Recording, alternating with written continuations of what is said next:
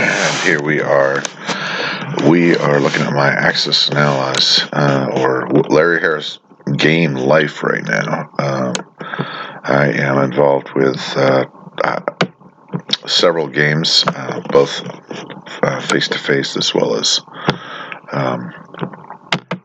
online. So it's going really well. So let's take a look here. The good captain and I are about to play a classic game. I want to be able to shift between these games. I at one point said I would never do this, but I am right now playing a game of classic. I'm in the middle of, I just finished, I lost a game of War Room Eastern Front to Adam Shershot. And here's classic. In the game of G40 with a bit of what is it? A bit of it's probably around 30, I think, with a guy named My Game. Great game. He is very likely to take it home. I think he's a really good player. But I've got a few things that are going on that are really right. So I'm happy about that. And I am interviewing the I suppose we could say world champion, the 2021 champion of Axis Analyze out of box, guy named Andrew A. Gamer on Saturday night. So that is pretty exciting. If you have any questions, put them in the comments for him. I'm gonna approach it like a athletic interview. You know, how do you train? Who do you credit for your success? And then, favorite things. This is the result of G1. Wow. He really souped up his attack in Africa. So, interesting, left behind that. I'm assuming he left it behind so he could kill it second turn. Alright, well, I'm not going to do that right now. What I wanted to do right now is take you to what I consider to be the most exciting development. I had to think about it. If I had thought about it, I would have done this earlier. But I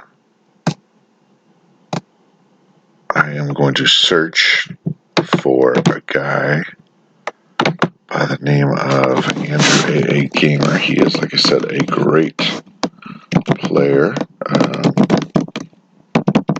And I'm going to look at one of his games. So he wrote a thing called The Warfare Principles of Axis Analyze. Now, this is really helpful. And if you've never looked at this, I highly recommend this. Warfare Principles of Axis Analyze by Andrew A. Gamer. He talks about the rush, but mostly he talks about other things. The rush is the exception. Money and attrition, he who has the most wins. Value of units, but the right unit for the right job. He has this chart that I don't exactly understand. And he has offensive, defensive value. Then he talks about land battles and sea battles, overwhelming odds,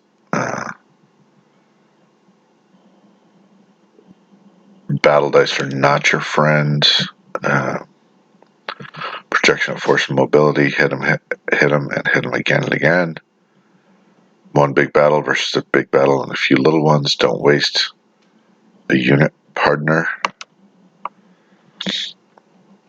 Consolidation of defensive force, determine the area of battle. The strafe, logistics. G40, the beginner's learning guide. This one was probably, of this essay, I think this was probably the most impressive. Germany takes the 5 ways that you can win as the Axis Germany takes Moscow, Germany takes London, Italy gets big and mad, Japan wins the Pacific, and the economic victory, plus the fact that Axis only need one side to win. And then he, I think, is this one. He goes for the bid. He talks about the bid, rules of the powers.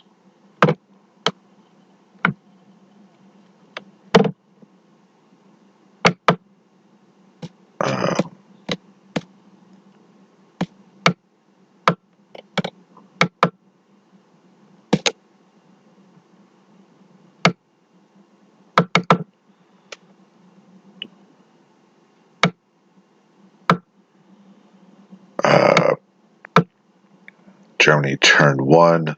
He talks about the German ways to win. Major IC in Romania.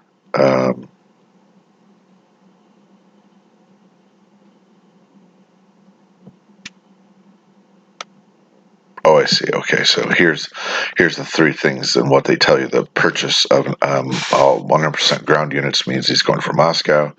A major IC in Romania means he's going for Moscow. Carrier and two transports going for Sea Lion. Submarine destroyer and carrier might be going for Sea Lion, but what happened there? Oh man. Sorry about that.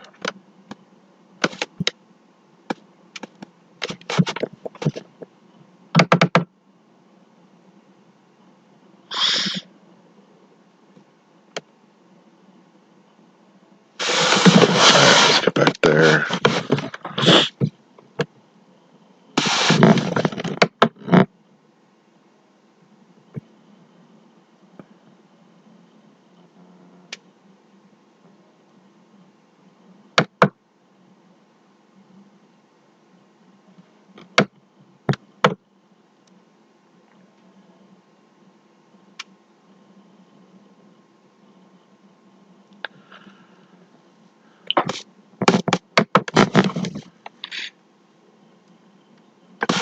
Alright, here we go. Sorry about that.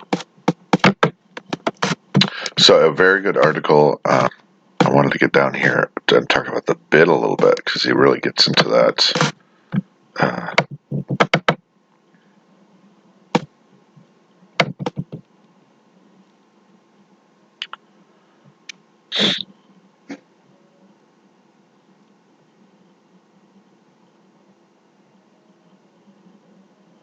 Here it is. But I did think that this part was really important.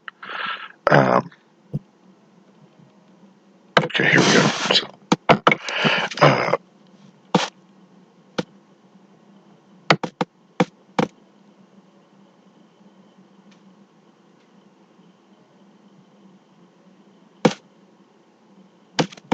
where was the precision? Germany takes the mad.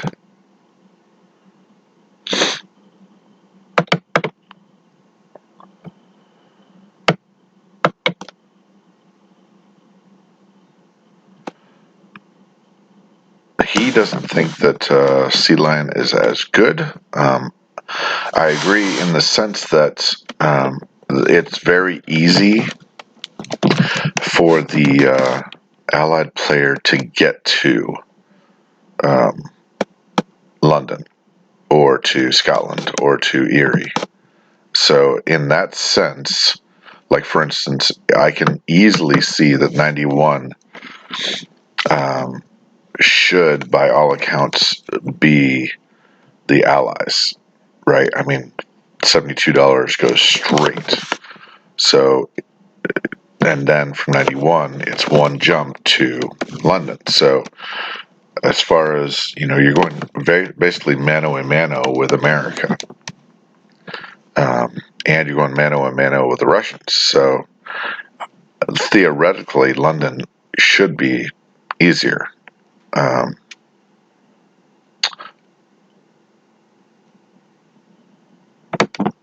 And he's a big proponent of the, here it is.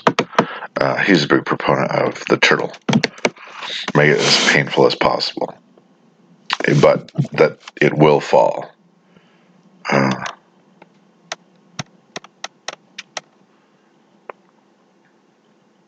He did say the axis analysis is like a balloon. If you push too hard in one area, it bulges in another. Okay, so then let's move on to it goes for London. Italy gets the med. So he says if you lose the med, forget about it. So if Italy gets big, you're done for. And he is a big proponent of the Taranto rate, and that the bid should go toward mostly that. He thinks that most of the American income, he's probably one of those people that's like a 60-40. Initial fleet goes directly to the Med, to the Pacific, and then you build up enough force to get to Normandy or Norway or both. But other than that, every dollar should go to the Pacific.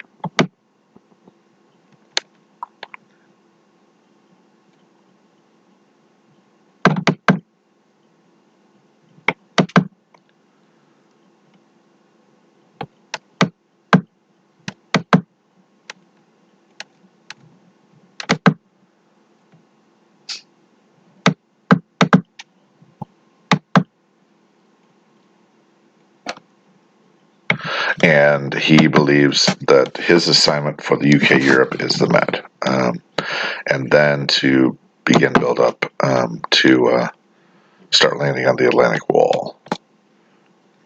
I'm looking forward to see. So here is the bid. So he talks about the bid, and he says, your number one, your bid should protect the British fleet. Take Italy out of the game, and a submarine 98 will help do that. He says a fighter in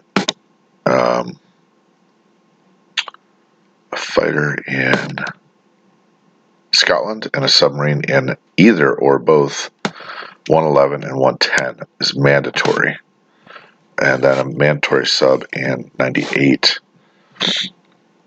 Ground units are optional. Submarine in 91 would be great, as well as a submarine in 92. I'm sorry, 106. And then infantry would go to India, West India, or Burma to bolster defense, or a mechanized.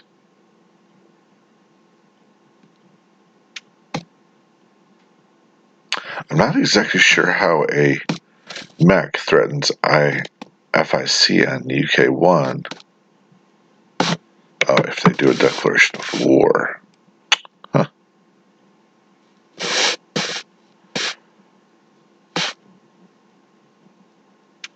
Then a submarine and 62 to protect the transport. Not sure what that is. And an infantry in Russia to defend Moscow, and artillery in Amur to gain pen more Japanese troops in Manchuria.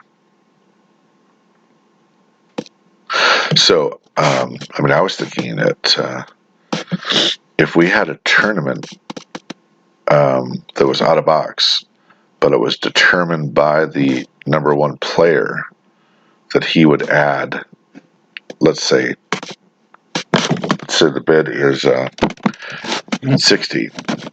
He would add you would have to follow his bid recommendations. Okay. Anyways, so let's get to a better part of this. Maybe I'll cut this in half. I'm going to look him up again. I think it's right here where I do search.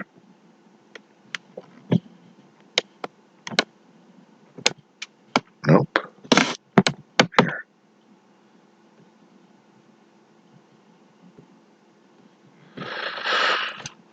Where's the search button? There it is.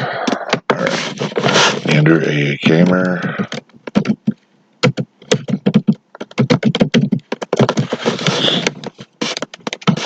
And what I'm looking here is I'm looking for games. Oh, he's got a couple of topics that are really good, by the way. Not just that one. Trying to here.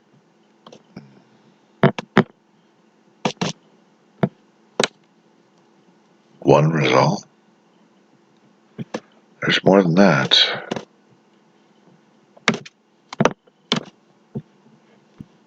Huh.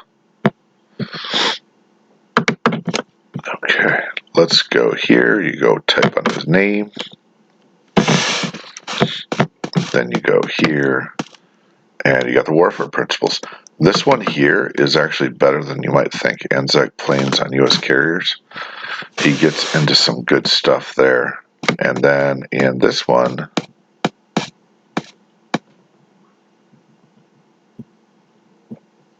stopping Japan. In this one, he gets into details about the Pacific Theater that are quite good.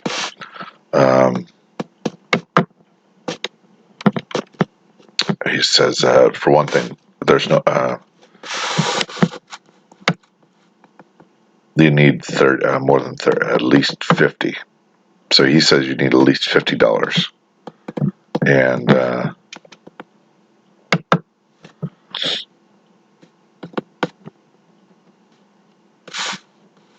then if I go back,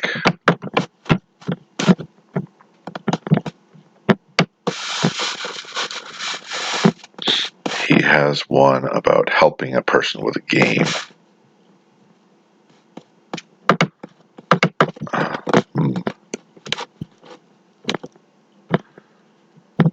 Nope, I don't see it.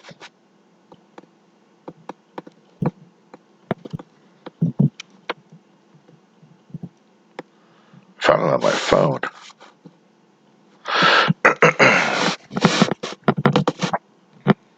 Okay, anyways, so let's go with Andrew A. Gamer X versus Carl.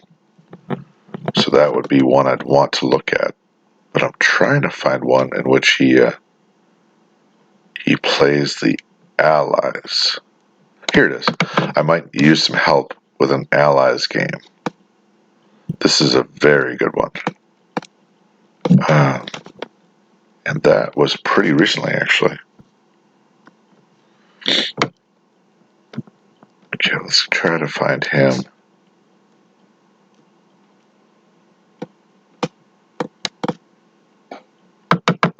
Huh.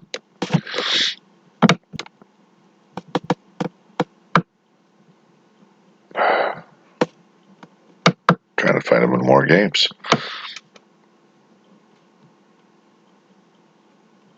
All right, we're going to have to go with the Carl 7. Carl 7 is a very good player. This should be an epic match.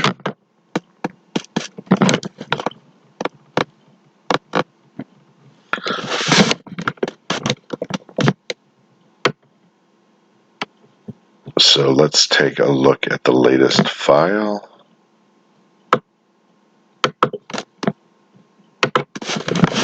Let's see how it's going. He let him have it for $58. Now, at a high level, that tells me that Andrew definitely prefers playing the Axis, because he just told us that the bid has to be at least 58.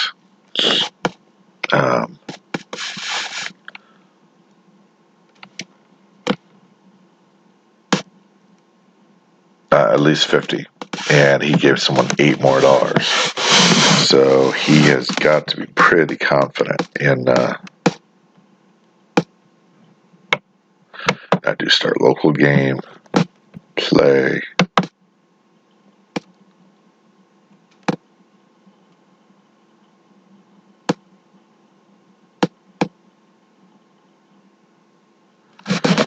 So really, we're going to be looking at what Carl 7 is doing.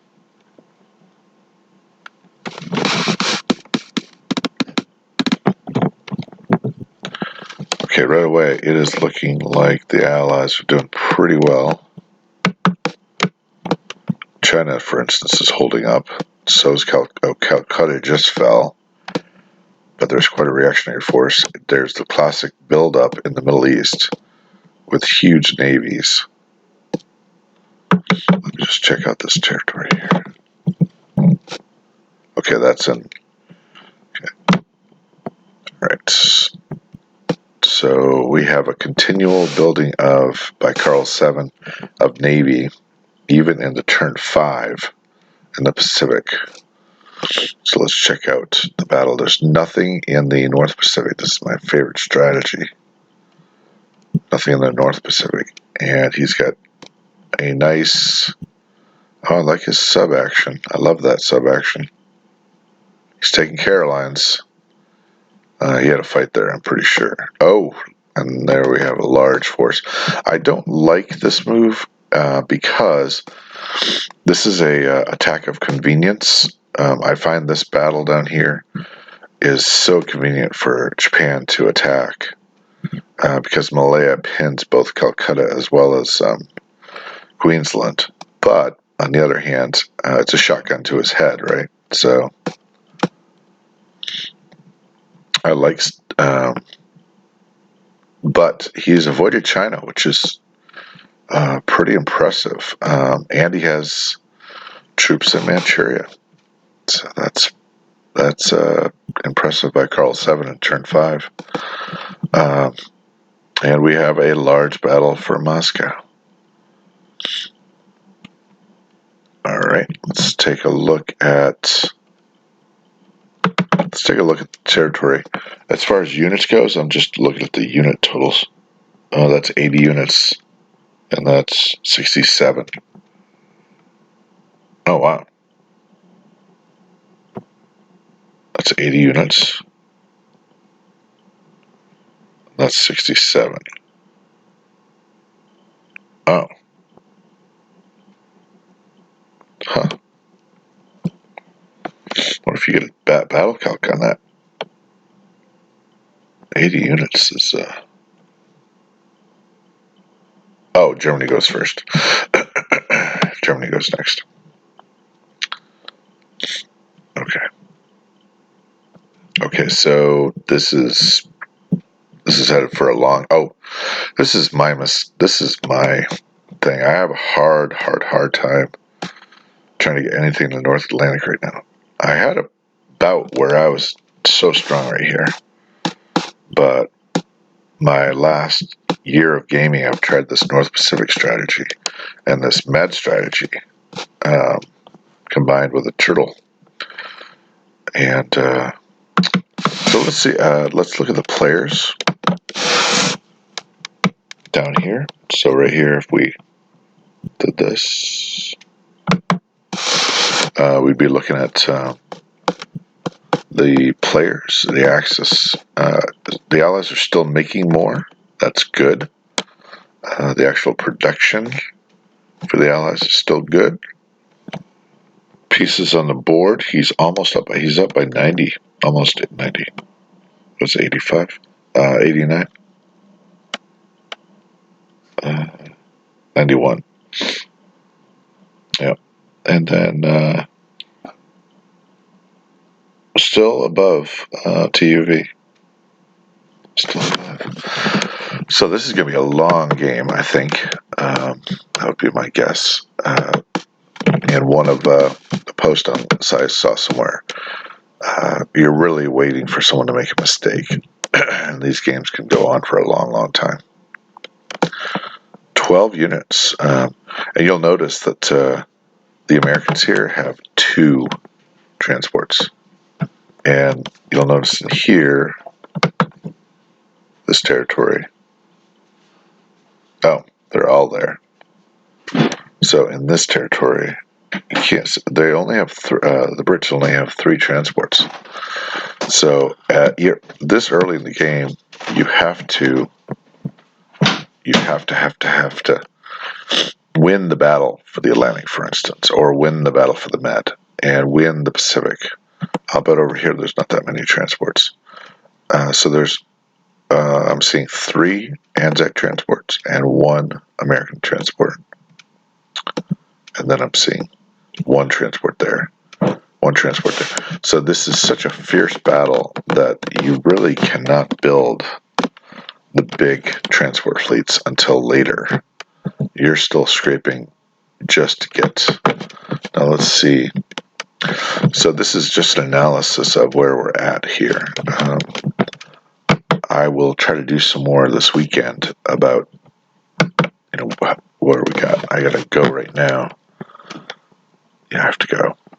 But pretty impressive, Carl. 7. This is quite a boxing match. So we look forward to looking at, and I'm going to find last year's. I got to find Andrew AA Gamer playing the Allies. Is what I'm looking for, really.